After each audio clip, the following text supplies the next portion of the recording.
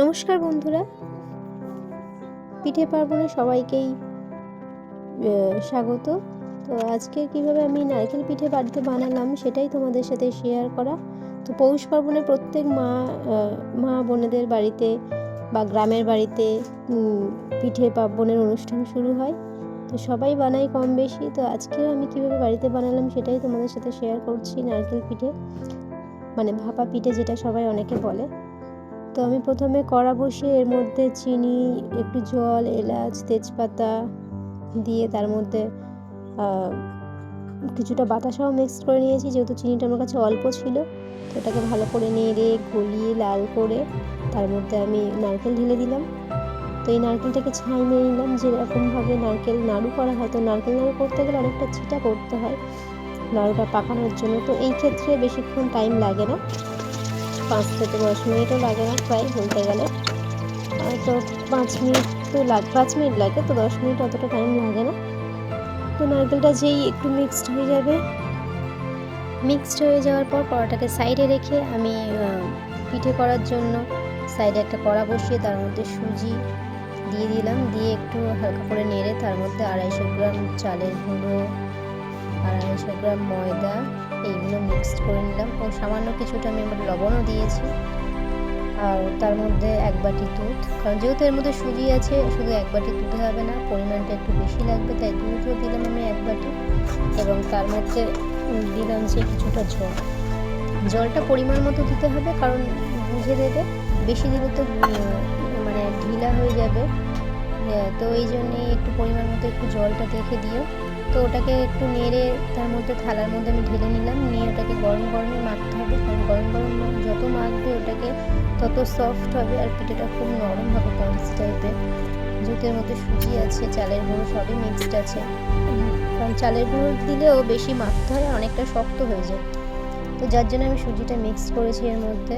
তো ভালো করে এটাকে মাখলাম, বেশ প্রায় অনেকটা টাইমই লাগলো। তো ভালো করে যতক্ষণ ওটা নরম হচ্ছে একদম মেখে, তারপরে আমি পিঠের জন্য রেডি হয়ে গেলাম। ছোট ছোট গোলা করে তারপর খুলি তৈরি করে তার মধ্যে নারকেলের পুর ভরে নারকেল পিঠে তৈরি করলাম। বিভিন্ন সাইজের, বিভিন্ন ডিজাইনের বা নানান ধরনের, নানান রকমের পিঠে হয় নারকেল পিঠে। তো এর বিভিন্ন নামও থাকে, যেমন এরকম নারকেল করতে তো আমাদের দেশে বলতো, গ্রামের দিকে জামাই পিঠে নাম দিতে একটা পিঠের। তো সেরকমই বিভিন্ন ডিজাইনের নানা ধরনের পিঠেগুলো বানালাম। তো একা তো ভালো লাগছে না, সঙ্গে যদি আরও কেউ থাকতো তো আরও মজা হতো, কারণ পিঠে বানাতে সবারই ভালো লাগে। আর এই পিঠেপুলি উৎসবের সময়, পৌষ পার্বণের সময় প্রায় বলতে গেলে সবার বাড়িতেই একটা পুজো ভাব, আর লোকজনও থাকে, বেশ আনন্দ হয়। ছোটো ছোটো বাচ্চারা তো খুবই মজা করে। তো সেরকমই একটা মাঝখানে একটা আলাদা রকমের পিঠে বানিয়েছি, যেটাকে জামাই পিঠে বলে, দেখতে পাচ্ছ। তো কিছুটা পিঠে বানিয়ে আমি চলে এলাম রান্নাঘরে। সেটা হাঁড়ির মধ্যে জল দিলাম। জলটা দিতে হয়, যারা পিঠে বানায় তারা জানে। এই জলটা একটু গরম হয়ে বয়েল হয়ে গেলে, ফুটে গেলে, তখনই নারকেল পিঠেটা তৈরি করতে হয়। মানে তারপরে ওই জলটা যেই ফুটে গেল, তখনই আমি একটু ছাঁকনি বসিয়ে আর ওর মধ্যে নারকেল ভাপাতে দিলাম। যখন ভাপটা হয়ে যায় তারপরেই ওইগুলো ঢেলে নিতে হয়, তখনই বোঝা যায় যে নারকেল পিঠে হয়ে গেছে, কারণ এটা ভাপা পিঠে। আর সাইডে যে গোলাটা আমি তৈরি করলাম ওটা হচ্ছে আজকে পিঠে, কারণ প্রত্যেক পৌষ পার্বণের সময় এই আজকে পিঠে করতে হয়। যেই পিঠেটা করে আমরা জলে দিই, বা প্রথম পিঠে করে খোলার চালে, জলে, আগুনে এগুলো দিতে হয়। তো সাইডে যার জন্য আমি ওই আজকে পিঠেটা বানালাম, কারণ নারকেল পিঠে আমি খুবই কম বানিয়েছি। আর ওই আজকে পিঠে দিয়ে আমি মানে পৌষ পার্বণের পিঠেটা শুরু করেছি, যাতে ওইগুলো আমি সব জায়গায় দিতে পারি। তো প্রথম পিঠে দিয়ে তো হয়ে গেল, প্রায় সাজিয়ে দিলাম একবার। আর নারকেল পিঠেটা ভাপাতে দিয়েছি। আমার খুব অসুবিধা হচ্ছিলো, কারণ আমি যার মধ্যে নারকেল পিঠে তৈরি করি সেই মানে থালা বা গামলা মতো একটা ছিল, ছাঁকনি টাইপের, সেটা নেই। তো আমার এরকমভাবেই পিঠেটা বানাতে হচ্ছে, অনেকটাই প্রবলেম হচ্ছে আমার বানাতে।